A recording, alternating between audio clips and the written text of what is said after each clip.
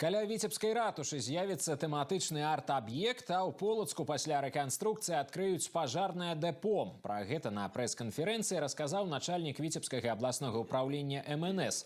З журналістамі ён сустрэўся напярэдадні прафесійнага свята, якое ратаўнікі адзначаць 19 студзеня. Сергей Мялешкін падвёў вынікі работы ведомства за год. Колькасць пажараў знізілася, аднак у агні загінула больш людзей.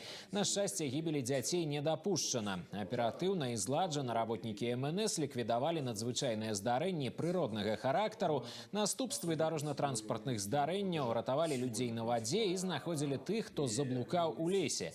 Адзін з важных напрамкаў работы ратаўнікоў – прафілактыка, каб захаваць здароўе і жыццё жыхароў рэгіёна.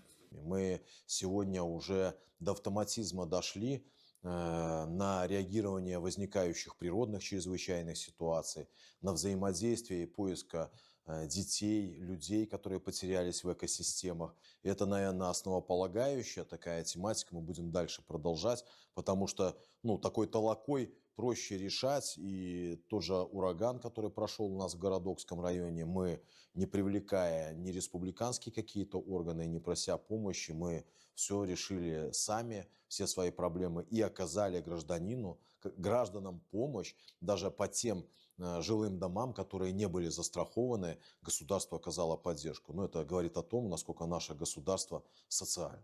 Сёлета абласное ўпраўленне МНС працягне абнаўляць абсталяванне і парк тэхнікі. Акрамя прафесійнай дзейнасці, супрацоўнікі МНС займаюцца выхаваннем маладога пакалення.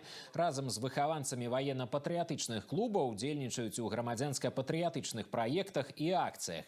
Займаюцца добраўпарадкаваннем воінскіх пахаванняў.